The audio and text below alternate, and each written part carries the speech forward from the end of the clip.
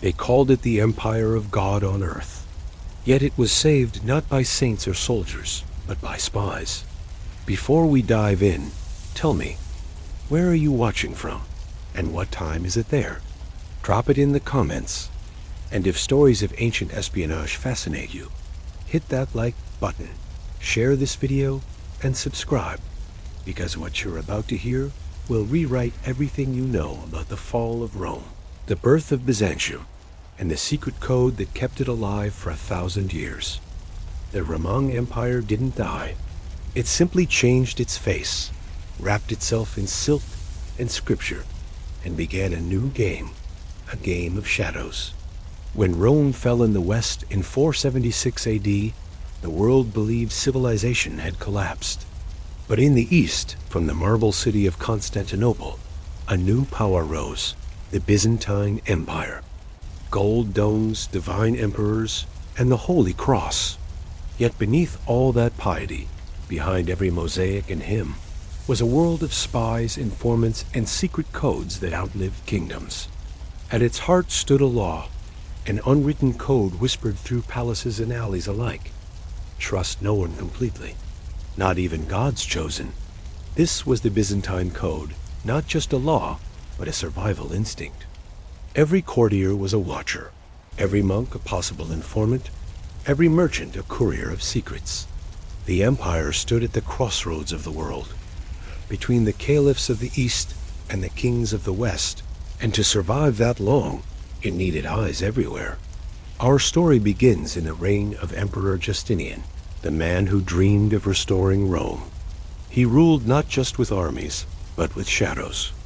Justinian's greatest weapon wasn't his general Belisarius. It was a woman named Antonina, wife of Belisarius, and spy for the Empress Theodora. Through her, Theodora turned whispers into weapons, bending men of power to her will without drawing a sword. In Constantinople's taverns, whispers about secret letters, coded messages, and invisible alliances flowed like wine. Every servant, every eunuch, every scholar had a price, and the empire made sure it knew what that price was. Byzantium's genius wasn't just its walls or armies, it was information. They called their network the Bureau of Barbarians, an office that officially handled foreign ambassadors. But in truth, it was one of the world's first formal intelligence agencies. They read letters before they were delivered. They watched envoys before they even arrived. And when enemies met the emperor, he already knew their next move. Every visitor to Constantinople, from Persian envoys to Frankish traders, was shadowed from the moment they entered the gates. Taverns near the Golden Horn were full of eyes and ears. Innkeepers doubled as informants. Sailors traded more than silk. They traded secrets. And every secret was catalogued, cross-checked, and analyzed by imperial scribes who worked under candlelight, guarded by oaths of silence. But the Byzantine Code wasn't just a system. It was a culture. It shaped how emperors ruled and how their subjects survived.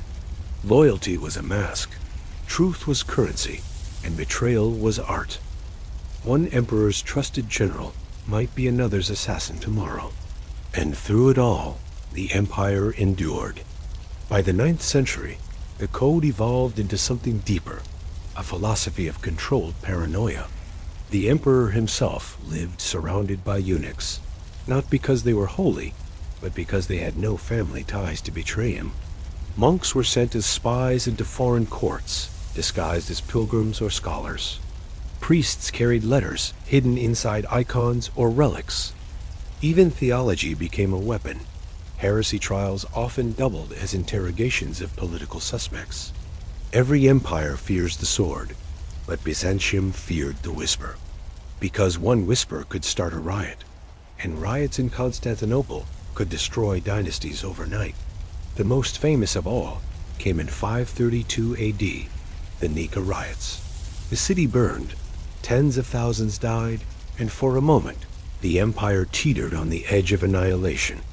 But Theodora, the empress, didn't flinch.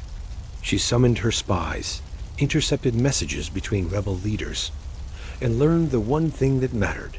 that the factions were divided. Within days, the Imperial Guard crushed the rebellion, and Justinian rebuilt the city grander than ever. The spies had saved the throne. Again, Byzantine espionage was unlike anything the ancient world had seen. They weren't assassins in the shadows. They were diplomats, scribes, priests, courtiers. Their brilliance lay in subtlety. They manipulated succession, staged religious councils to shift politics, and turned neighboring kingdoms against one another, all without open war. The Byzantines believed in winning without fighting, and for centuries they did. A Persian envoy once wrote, "They fight with tongues more than with swords." That was their secret. While barbarian kings fought for land, Byzantium fought for time. And time was their greatest victory. Their greatest spy masters rarely had names remembered by history. They lived and died in silence, buried without tombs. But their work was everywhere, in treaties that never broke, wars that never began, and dynasties that lasted generations longer than logic should allow. And as the empire grew old, their network only deepened. Codes replaced messages, couriers replaced armies. Byzantine diplomats could quote scripture while embedding secret meanings in every line. One wrong interpretation, and you'd start a war. One right one, and you'd prevent it. But every empire has cracks, and Byzantium's cracks were born from its brilliance. When everyone is a spy, who do you trust? As centuries passed, emperors began to spy on their own spies. False reports multiplied. Truth became fog. And in that fog, the empire began to lose sight of itself. Yet even in decline, the Byzantine Code endured. When crusaders came, when Turks rose, when the city's walls trembled under cannon fire, there were still whispers, secret alliances, coded betrayals, and last-minute negotiations in candlelit halls. It was a world where salvation came not from angels, but from information. And that is where the story turns darker, because the very code that saved the empire for 1,000 years would one day destroy it from within.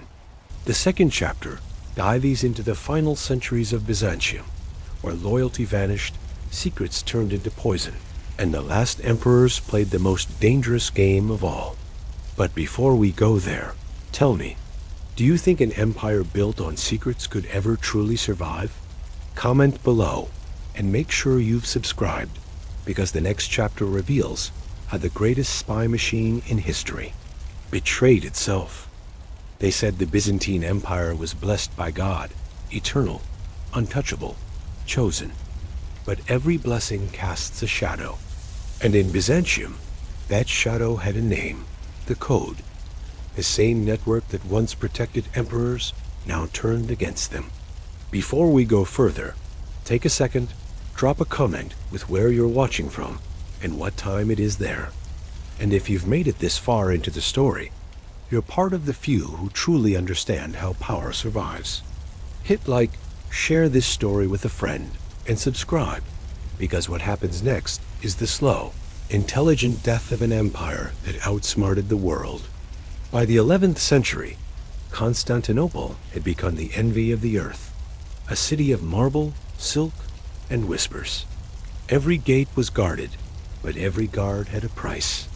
Spies didn't just serve emperors. They served whoever paid them more. The Bureau of Barbarians, once a proud network of loyal servants, fractured into rival cliques, some loyal to generals, others to the patriarch, and many to no one but themselves. Even foreign ambassadors came with their own secret agents. A Venetian merchant might sell silk by day, and by night deliver reports to the Doge of Venice. The empire was no longer a fortress of faith. It was a marketplace of secrets. Inside the great palace, paranoia ruled. Emperors didn't sleep in the same chamber 2 nights in a row. Food tasters were spies themselves, loyal only to gold. Even the icons in the chapel, painted faces of saints, were rumored to hide coded messages beneath their golden halos. The Byzantine court became a theater where everyone watched everyone else. And beneath the gold and incense, The game of survival turned cold and mathematical. When Emperor Basil II came to power, he tried to bring order back. He rebuilt the intelligence network with military precision. Spies along the borders, informants in every province, secret envoys among the Slavs, Armenians, and Bulgars. He turned espionage into art again, subtle, effective, ruthless. Through coded correspondence and bribes, he destroyed rebellions before they began. He blinded traitors not out of cruelty, but to send a message. See nothing, say nothing. Under Basil, the Byzantine spy machine reached perfection once more, and for a time, peace returned. But peace makes men soft. After Basil's death, the empire fell into the hands of courtiers and cowards who thought intrigue could replace strategy. The code, once a tool of survival, became a web of lies that strangled itself. Reports were falsified to please emperors. Threats were exaggerated to justify wars. One official sold secrets to both the Normans and the Turks in the same month.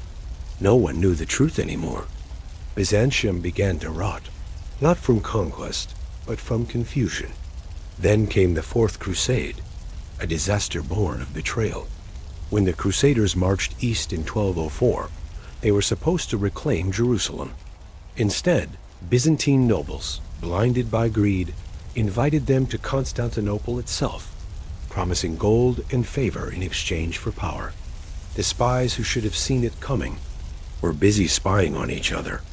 When the Crusaders breached the walls, the greatest city in Christendom burned for 3 days. Churches were looted, libraries destroyed, relics stolen.